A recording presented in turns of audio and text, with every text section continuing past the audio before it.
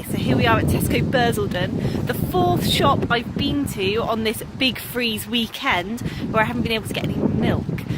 So it's the 4th of March and the snow is all defrosted, it's all thawing all around the UK.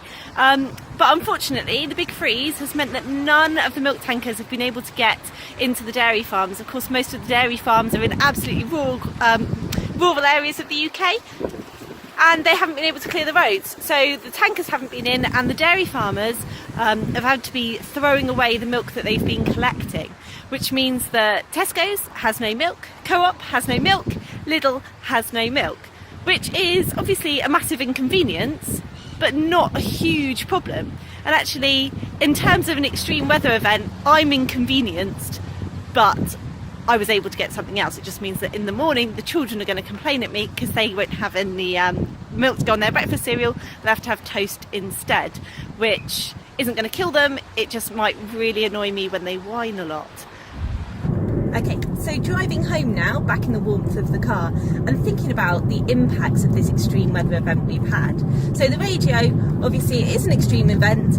We've been talking about Beast from the East, we've been talking about Storm Emma, and the radio just called it a horrendous event. Now, yeah, everyone's been a little bit inconvenienced. We all missed 2 days off school, which I'm sure you were all absolutely devastated about. But some people have been affected worse than others. The farmers will have lost income, the whole of the UK will have lost productivity, and so there will be an impact in terms of, I suppose, GNP for those few days' income. But actually, as an HIC, we recover pretty quickly. People will make that time up. But if you contrast our extreme weather event to another country, let's think about different levels of development and LIC, and you start to think about countries like Bangladesh where you've got this extreme flooding, and all of a sudden our problems just don't seem that bad. Our farmers lose a little bit of money and money's a bit tight, but actually if you think about a Bangladeshi farmer losing a whole paddy field to extreme flooding, they've lost not just their income for a few days, but actually the whole of that season's growth, and therefore that's going to have a huge impact on their own family and how they can provide for themselves.